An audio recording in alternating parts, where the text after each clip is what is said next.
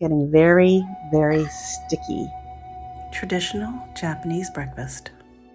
This is natto. This is the fermented soybean that I have in the morning.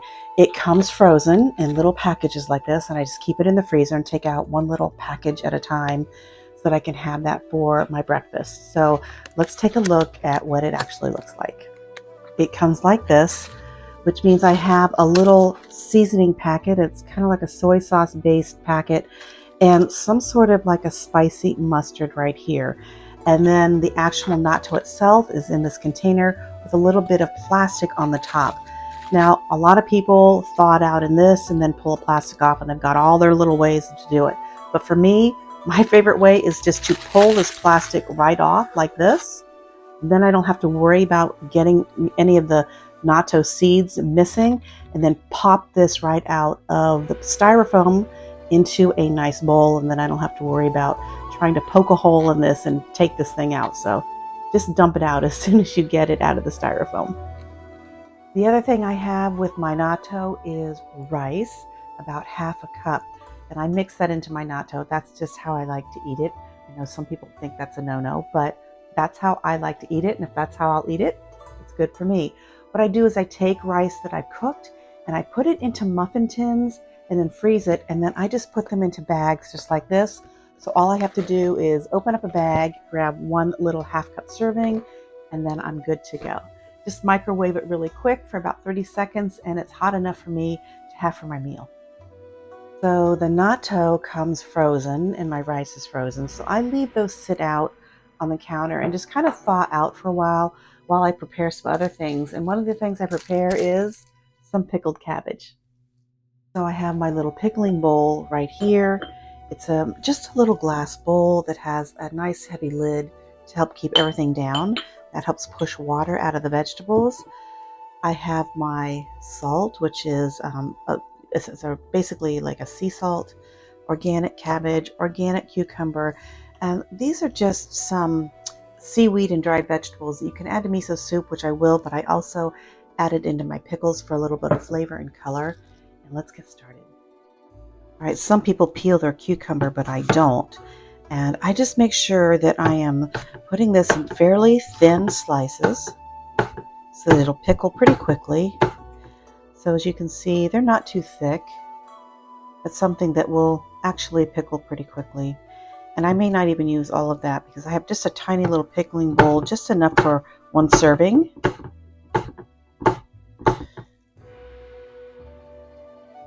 And I'll just finish this half.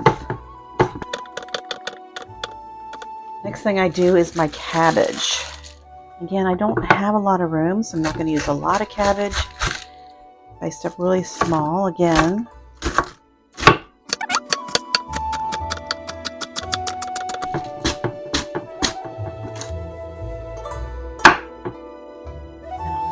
Chop this way. So as you can see, it's pretty thin, kind of like if you're going to make coleslaw or something. And again, I'm going to add that to this. I'm going to add a little salt with each round. More. And a little salt.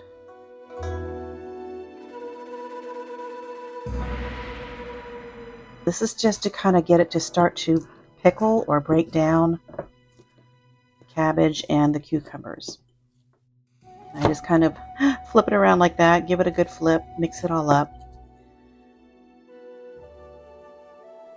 All right, now we're just going to go ahead and put this on top.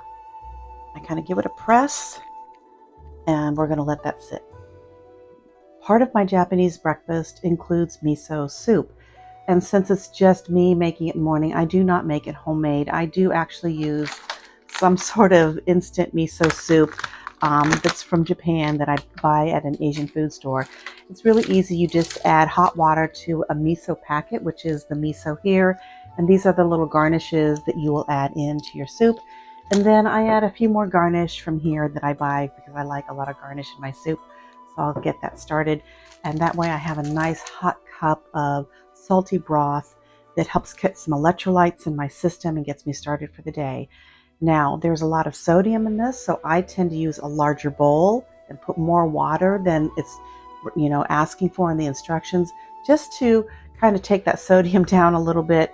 And then again, there is a bit of sodium in this meal, but I try to do things like dilute and rinse as I go, so I don't have quite as much sodium in my beginning of my day.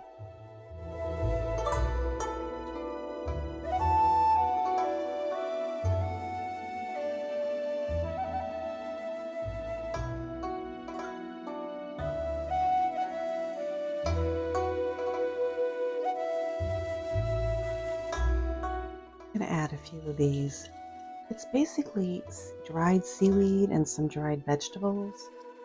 Add a little bit of color and texture and extra nutrition to my soup and let that sit. All right, this pickle's been sitting for a little bit. As you can see, it's settled and it's starting to create some of its own juice in here. And so now I'm just going to add another little pinch of these vegetables and seaweed to this, just for a little extra color, flavor, and nutrition, and just mix that up in here. Yes, I just used my fingers, they're clean. You'll see the liquid is starting to form in here from the salt. This is going to give me, it's going to soften up that stuff and just give it a little extra crunch and flavor. Press that down nice, set it aside.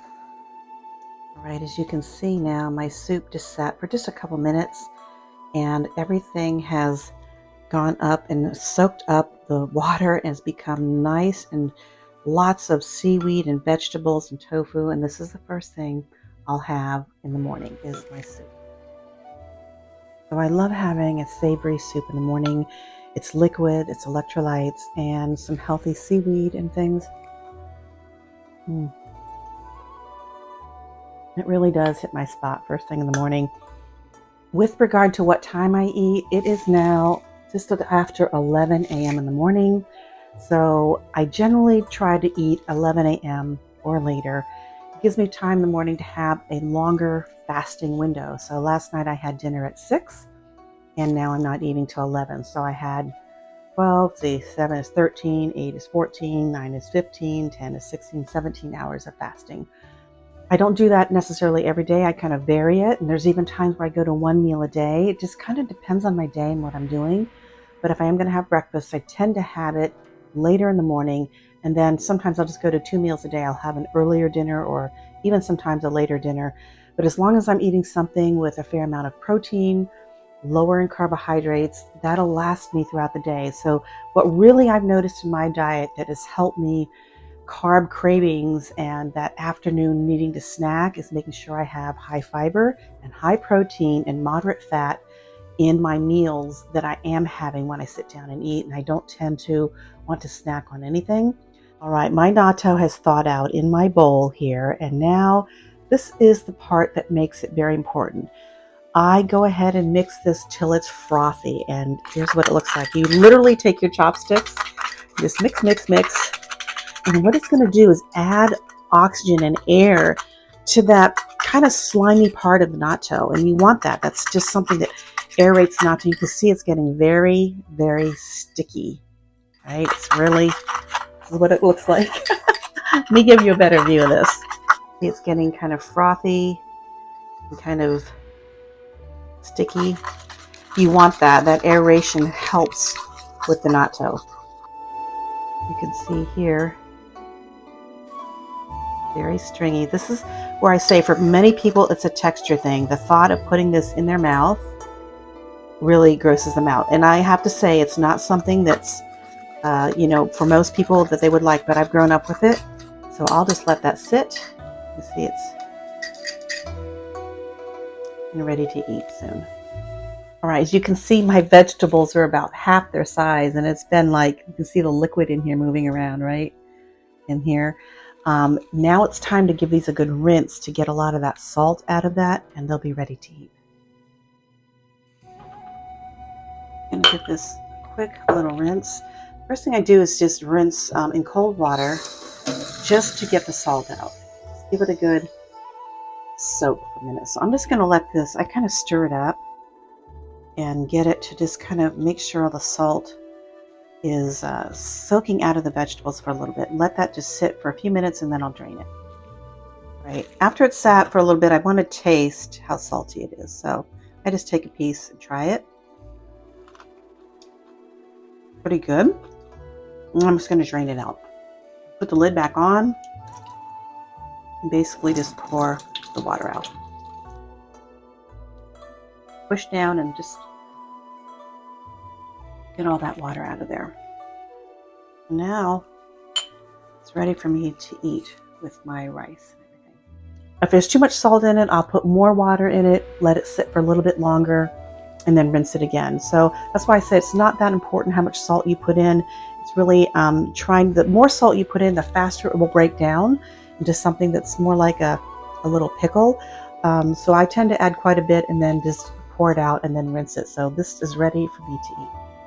Nori is a dried, pressed seaweed, and it's eaten at almost every single meal. Because this nori is just lightly roasted, when you take it out, it's not as crisp as some. It's very pliable, so I'm going to roast it.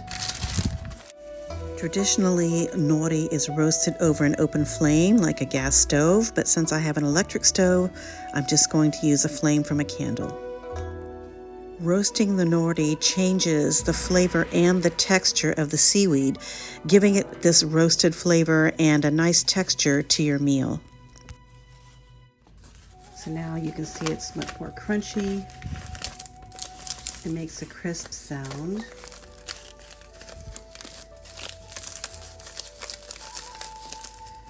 And then I'm just going to break this into slices, just like this, that I will eat with my meal.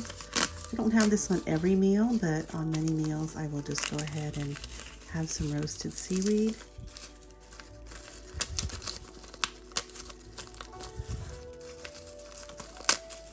Now, not traditionally Japanese, this is Korean, but we also eat kimchi a lot. It's another fermented vegetable that is cabbage. It's Napa cabbage fermented, and it adds a lot of flavor and a lot of probiotics, so that's really good for you as well.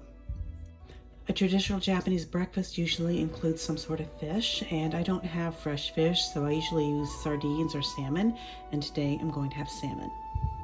This salmon comes packed in olive oil, and I just make sure I dump all the oil out before I put it on my plate. Furikake is another element that we add to Japanese dishes, traditionally on rice, and they come in packages or in jars like this.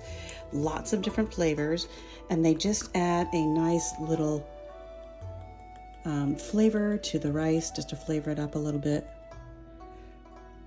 Every meal is a little bit different in the morning, so sometimes you'll see fruit or other things, but pretty much this is what I have for Japanese breakfast. Traditional Japanese breakfast.